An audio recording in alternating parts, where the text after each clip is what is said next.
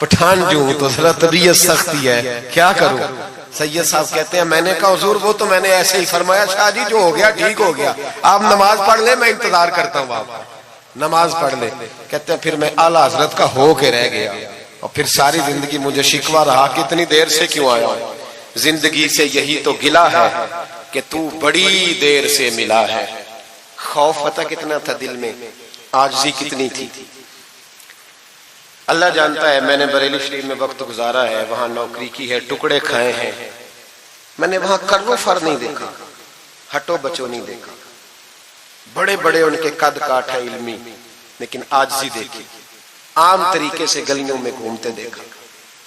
میں جلسوں میں جاتا ہوں تو میری خواہش ہوتی ہے میں بیٹھ جاؤں، لوگ مجھ سے مل نہیں سکتے، لوگ شکوہ کرتے ہیں غریب، کہتے ہیں حضرت جی اگر وزیر ہمیں نہیں نہ ملتا تو پیر بھی نہیں ملتا، کوئی ہمارے دکھ نہیں سنتا، تگڑا مرید آ جائے تو اسے ہاتھوں سے بوٹیاں ڈال کے دی جاتی، اور غریب آ جائے تو اس کی طرف نظر التفات بھی نہیں کرتے، اور کہتے ہیں اس کو عقل نہیں۔ تو میں کہتا ہوں صاحب جب جیب میں پیسے نہیں ہوتے تو عقل بھی نہیں ہوتی، پھر تو انسان کو ہوش نہیں ہوتی تو عقل کہاں ہوتی؟ سب روگاں دا روگ محمد جس دا نام غریبی، ایک کانڈ بلا کے لنگ جاندے نہیں دوست یار قریبی۔ چھوٹا سا ایک بچہ 10-12 سال کا، سید قنات علی شاہ صاحب اعلیٰ حضرت کے خلیفہ ہیں، وہ کہتے ہیں وہ چھوٹا سا بچہ آ کے کھڑا ہوا، کہنے لگا حضور آپ کی دعوت پکانی ہے، کو ٹائم دیں گے؟ اعلیٰ حضرت ابھی کچھ کہنے لگے تھے، کہنے لگا حضور میں یتیم ہوں، اکیلا ہوں، صرف میری اماں ہے، ملے گا ٹائم؟ تو اعلیٰ حضرت فرمانے لگے تجھے نہیں ٹائم دینا، چپ کر گیا، فرمانے لگے میں نے نہیں تجھے ٹائم دینا، تو نے مجھے دینا ہے، بتا بیٹے کب آؤں؟ کہنے لگا کل زور کے بعد آ جا۔ فرمایا اکیلا ہوں یا کسی کو لے آؤں؟ کہنے لگا ایک بندہ لائیے گا، دو نہ آئے۔ سید قنات علی شاہ صاحب کو اعلیٰ حضرت نے ساتھ لیا، اس بچے کے گھر زور کے بعد پہنچے، دروازے پہ دستک دی تو کہنے لگا جی آ گئے آپ؟ میں آیا۔ ایک بوری ایک پریم دی نگری وچ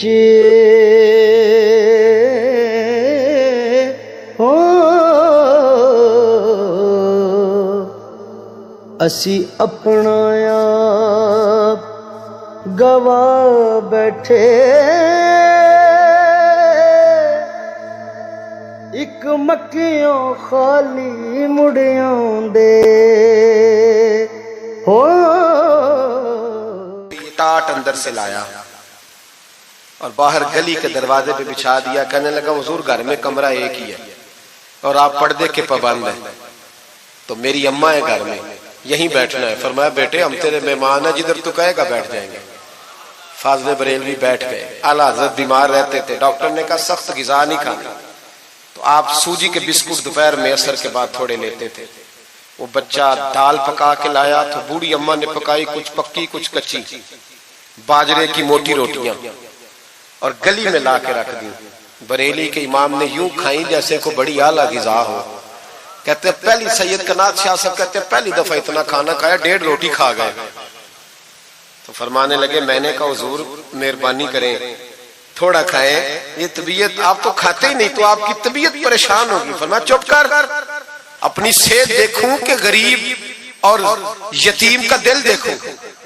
فرمایا دیکھنا معصوم سا دل ہے، ٹوٹ جائے کھانا نہیں۔ کہتے کھول کے کھایا، پھر وہ باہر چائے بھی لایا، چائے پی، پھر اعلیٰ حضرت نے کچھ نذرانہ نکال کے دیا، فرمایا یہ تحفہ رکھ لو، کچھ پیسے بھی دیے، کہا اجازت ہے جاؤں؟ کہا جی ٹھیک ہے جائیں۔ سید صاحب کہتے ہیں جب ہم آ رہے تھے تو میں نے اعلیٰ حضرت کو حضور یہ آپ نے کیا کہ اگر بیمار ہو گئے؟ تو کہنے لگے شاہ جی چپ کر جاؤ، اگر میرا دل پھٹتا ہو تو میں آپ کو چیر کے دکھاؤں، جتنا سکون اللہ نے مجھے آج عطا کیا ہے پہلے کبھی نہیں ملا، کبھی نہیں ملا۔ اس غریب کے پاس جا، میرے اعلیٰ حضرت کے افکار تھے، نظریات تھے، وہ ساری زندگی رسول اللہ کا غلام بن کے رہے، شریعت کی پاسداری کی، اور اس کے ساتھ ساتھ وہ اللہ کے ولیوں کی غلامی کرتے۔ کوئی سید زادہ آ جاتا تو اعلیٰ حضرت رحمت اللہ علیہ اٹھ کے ملتے، تعظیم کرتے، وہ اولیاء اللہ کے لیکن سچے ولی کے غلام۔ میری یہ بات یاد رکھیں، سچا بندہ مل جائے تو اس کے بارے میں کبھی بے ادبی سوچے بھی نہ، سوچ دل میں بھی نہ لائے، لیکن جو شریعت کا پابند نہ ہو، آپ ان لوگوں کی مارکیٹ ڈاؤن کریں گے یہ صحیح ہو جائے گے، یہ صحیح ہو جائے. ہمارے ہاں چل جاتا ہے جو بھی آ جاتا ہے چل جاتا ہے. امام صاحب کی داڑھی اتنی چھوٹی ہو وہ نماز نہیں پڑھا سکتے. پیر صاحب چل جاتے ہیں, نعت خواں بھی چل جاتا ہے, نقیب مجلس بھی چل جاتا ہے, صرف امام پہ پابندی ہے تھوڑی چھوٹی ہے جی یہ, حالانکہ نہیں ہونی چاہیے, داڑھی پوری ہونی چاہیے. آپ سے میری یہ گزارشات ہے, اعلیٰ حضرت کے پیغام کو سمجھیں. ایک چھوٹا سا وعدہ لینا ہے, جس مسجد میں کنز الایمان نہیں وہاں ایک ہدیہ خرید کے رکھوا دیں گے انشاءاللہ تعالی. مہنگی بات بتا دی ہے میرے خیال میں, آپ چپ کر گئے. رکھوا دیں گے قرآن شریف, اور جس کے پاس 10 رکھوانے کی توفیق ہے وہ 10 رکھوا دیں, اور اپنے علماء کو اعلیٰ حضرت کی کتابیں خود خرید کر پہنچائیں, لائبریریوں میں رکھوائیں, ان کا پیغام عام کریں, لوگوں کو دیں اور تلقین کریں کہ اسے پڑھیں. جو سوشل میڈیا استعمال کرنے والے ہیں وہ علماء سے لے لیں اعلیٰ حضرت کے فتاوی جات, وہ اس کو آگے شیئر کریں, ان کی باتیں آگے پہنچائیں, اپنی اپنی ذمہ داری کا احساس کریں. نمازیں 5 مسجد میں باجماعت پڑھیں. یہ داڑھی نبی پاک کی سنت ہے اور اللہ نے صرف مردوں کو دی ہے, عورت کو نہیں دی. اس نے مرد کے چہرے پر پسند کی. نبی سارے داڑھی والے, صحابہ سارے داڑھی والے, اہل بیت سارے, اولیاء اللہ سارے. جو لوگ کہتے ہیں نا نیک ہو کے رکھنی ہے, ان کے لیے مشورہ یہ ہے کہ داڑھی رکھ لو, نیک ہو جاؤ گے انشاءاللہ تعالی. داڑھی نیک بنا لے, اور جس نے رکھی ہے نا وہ بھی اپنی مرضی کی نہ رکھے, نبی پاک کی مرضی کی رکھے. پوری ایک مٹھی داڑھی رکھے, پوری ایک مٹھی داڑھی رکھیں, اور اپنے گھر میں پردہ کرائیں. پردہ کرائیں. یاد رکھیں ہر عمارت کو غلاف نہیں چڑھتا, صرف بیت اللہ کو چڑھتا ہے. ہر قرآن ہر کتاب کو غلاف نہیں چڑھتا, صرف قرآن پاک کو چڑھتا ہے. ہر بی بی پردہ نہیں کرتی, صرف سیدہ فاطمہ کی ماننے والی پردہ کرتی اپنی. اور یاد رکھیں وہ بیٹا, وہ بھائی, وہ شوہر مجرم ہوگا جس کی بیوی پردہ نہیں کرتی. خدا را یہ اعلیٰ حضرت کا مشن ہے, پیغام ہے. یہ واحد ولی ہیں اعلیٰ حضرت اولیاء اللہ میں سے واحد. ہر ولی کی الگ الگ شان ہوتی ہے نا, جس میں وہ ممتاز ہوتا ہے. جناب صدیق اکبر صداقت میں بات ہے, حالانکہ سخی بھی بڑے, ایک شان انہیں انفرادی ملی اعلیٰ حضرت. اعلیٰ حضرت کی زوجہ اپنے دور کی بہت بڑی ولی تھی, اور باقاعدہ پڑھی ہوئی نہیں تھی, لیکن اتنی شناسہ ہو گئی تھی کہ اعلیٰ حضرت کہتے کتاب اٹھا کے لا تو کتاب لے آتی, فلانی کتاب لاؤ لے آتی. چھری کے ساتھ قلم بنا کے رکھتی, سیاہی رکھتی, کاغذ دیتی. آخری عمر میں میرے اعلیٰ حضرت نے فرمایا تو نے بڑی خدمت کی, مانگا کچھ نہیں, کچھ مانگ لے. تو اماں جی اٹھ کے قریب بیٹھ گئی, کہنے لگی کچھ دینا ہے نا تو میری بخشش کی دعا کر دیں. انداز دیکھو, بیوی. باہر لوگ تقریریں سنتے ہیں, گھر والے کردار دیکھتے ہیں, اس لیے گھر والوں کو متاثر کرنا, ذرا وہ کردار دیکھتے ہیں, وہ تقریر نہیں نہ سنتے, کردار دیکھتے ہیں. اعلیٰ حضرت نے فرمایا میں تیرے لیے دعا کروں, تو کہنے لگی میں نے جلوتیں اور خلوتیں ساری دیکھی ہیں, میں نے دکھ اور سکھ آپ کے ساتھ بتائے ہیں, میں نے آپ کو ہر حال میں رسول اللہ کا غلام دیکھا ہے. تو اتنے سچے آدمی سے دعا کراؤں گی تو اللہ ضرور میری بخشش فرمائے. یہ کردار تھا.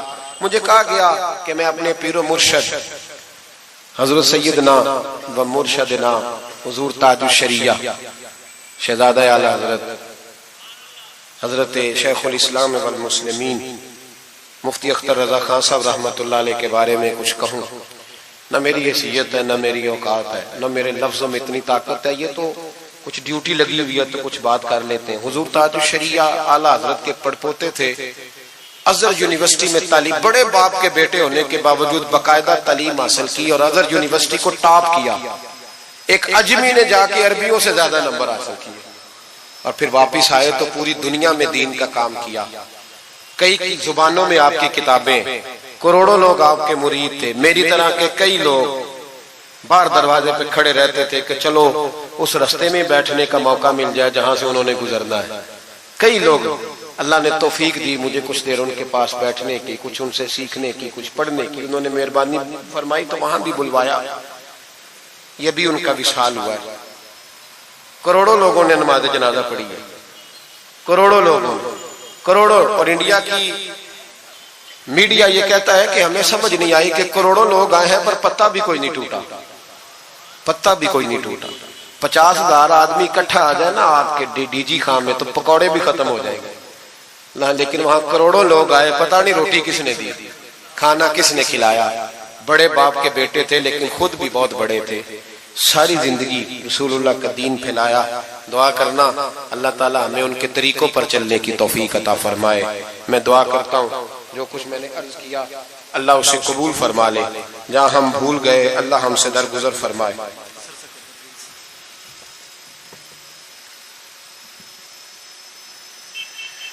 آپ مجھ سے اگر کہیں گے تو پھر سوشل میڈیا پہ تو بڑی باتیں کون کون سی بیان کروں گا، تو بہرحال حضرت ابراہیم علیہ السلام کے بارے میں کچھ کہنے کو کہا گیا۔ حضرت ابراہیم اللہ کے دوست ہیں، واتخذ اللہ ابراہیم خلیلا، اللہ کے خلیل ہیں، یاروں کے یاروں پر بڑے مان ہوتے ہیں، بڑا پیار ہوتا ہے۔ فرشتوں نے ایک دفعہ شکوہ کیا تھا کہ یا اللہ تو نے یار بنایا ہے، ان کے پاس بڑی بیل بڑی گائے بڑے تو نے اونٹ دیے ہیں، بڑی بکریاں دی ہیں، تو یار تو انہوں نے بننا ہی تھا۔ تو رب کریم نے فرمایا جاؤ امتحان کر لو۔ تو ایک فرشتہ آ کے نا فصل میں بیٹھ گیا، جیسے بڑی فصل ہوتی ہے نا کماد کی، تو وہ ذکر کرنے لگا اللہ تعالیٰ کا، کوئی بھی ذکر، سبحان اللہ و بحمدہ سبحان اللہ العظیم، مختلف روایتوں میں مختلف لفظ میں۔ حضرت ابراہیم کو سنا تو بڑا مزہ آیا، تشریف لے گئے ڈھونڈتے ڈھونڈتے، تو ذکر کر رہا تھا کہاں؟ فرمانے لگے پھر ذکر سنا مجھے میرے رب کا۔ کہنے لگا پہلے مرضی سے کر رہا تھا، اب آپ کی مرضی ہے تو پیسے لگیں گے۔ کیا لے گا؟ کہنے لگا سارے اونٹ لے لوں گا۔ فرمایا تیرے ہوئے نہ علماں وچ پھسا سانو، تو یار دی گل سنا سانو۔ حضرت ابراہیم علیہ السلام نے سارے اونٹ دے کے ذکر سنا، تھوڑا اور کرو۔ تو فرشتہ کہنے لگا ساری گائیں لے لوں گا پھر کروں گا۔ فرمایا تیری ہوئی، تیری۔ کہا جناب سناتا ہوں، سنایا۔ تھوڑی دیر کے بعد کہنے لگے اور ذکر کرو، کہنے لگا ساری بکریاں لے لوں گا۔ فرمایا تیری ہوئی۔ یہ ذکر کا بھی ایک نشہ ہے، یار کی بات کا بھی ایک نشہ ہے، یہ نعت کی بھی ایک لذت ہے۔ یہ جب لگ جاتی ہے تو پھر روز دل کرتا ہے، روز۔ فرمایا سارا کچھ تیرا ہوا، جب سب دے بیٹھے تو کہنے لگے تھوڑا اور سنا۔ کہنے لگا آپ کیا دو گے؟ تو آپ فرمانے لگے جانور سنبھالنے کے لیے تجھے کسی کی مدد کی بھی تو ضرورت ہے نا، تو مجھے رکھ لے، میں تیری مدد کرتا رہوں گا تو مجھے رب کا ذکر سناتے رہے گا۔ حضرت ابراہیم علیہ السلام نے جب فرمایا تو فرشتہ کہنے لگا اے اللہ تو نے صحیح بندے کو خلیل بنایا، یہ اس قابل ہے کہ تیرا خلیل۔ آپ بھی مہربانی کریں کچھ دے اللہ کے رستے میں، کچھ دے اپنے اداروں کی، مدارس کی، مساجد کی، غریبوں کی، یتیموں کی مدد کریں تاکہ اللہ کی خلت کا معاملہ ہو۔ عورتوں کے محفل میلاد کے بارے میں پوچھا گیا، عورتیں میلاد کریں گی گھر کے اندر کریں، لیکن گزارش یہ ہے کہ آواز مردوں تک نہ جائے، اور صرف خواتین کا اجتماع ہو، اس میں مرد نہ ہو۔ کوشش کریں عورت کی آواز کا بھی پردہ ہے تو وہ اس طرح محفل میلاد کریں کہ زیادہ سے زیادہ با پردہ رہے، لیکن جانا چاہیے، شریک ہونا چاہیے، جائیں گی تو دین کا پتہ چلے گا۔ اللہ تعالیٰ توفیق عمل عطا فرمائے، ہمیشہ مدحت خیر الانام میں گزرے، دعا ہے یہ عمر درود و سلام میں گزرے۔ آخر دعوانا ان الحمدللہ۔